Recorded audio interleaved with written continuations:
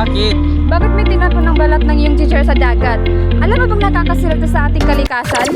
Dahil sa bawat basura na ating tinatapon, isang butil ng pag-asa ang nawawala sa atin.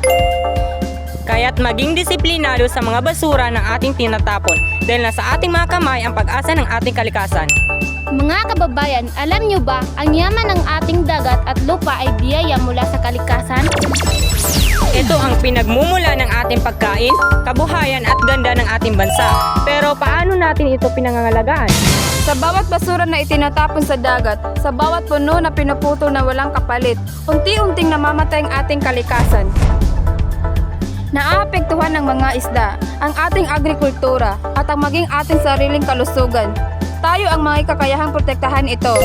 O yamang dagat at yamang lupa, ating kayamanan kaya't linisan. Kaya't makiisa, itapon ang basura sa tamang lalagyan. Suportahan ang mga programa sa paglilinis ng karagatan at pagtatanim ng mga puno. Maging halimbawa sa kapwa, ang pangangalaga sa kalikasan ay responsibilidad nating lahat. O yamang dagat at yamang lupa, buhay ay ingatan at alagaan. Para sa isang malinis Masagana At magandang Pilipinas, Magkaisa tayo!